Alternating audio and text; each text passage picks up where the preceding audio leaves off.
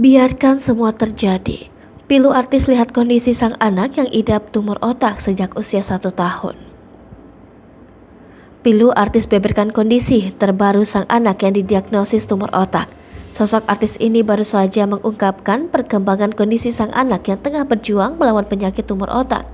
Seperti diketahui, anak artis tersebut didiagnosis mengidap tumor otak sejak 2014 pada saat berusia 1 tahun.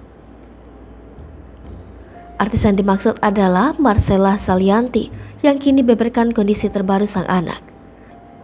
Anak Marcella Zalianty yang bernama Aitron Magali Sastra Soprapto sampai saat ini masih di bawah pantauan dokter.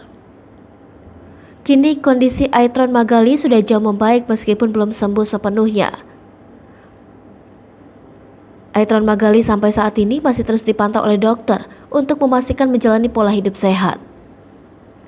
Meskipun sang anak masih kecil, Marcella Zalianty sudah memberitahukan kepada anaknya tentang apa yang terjadi. Sehingga kini, Aitron Magali sudah lebih bisa menjaga dirinya sendiri.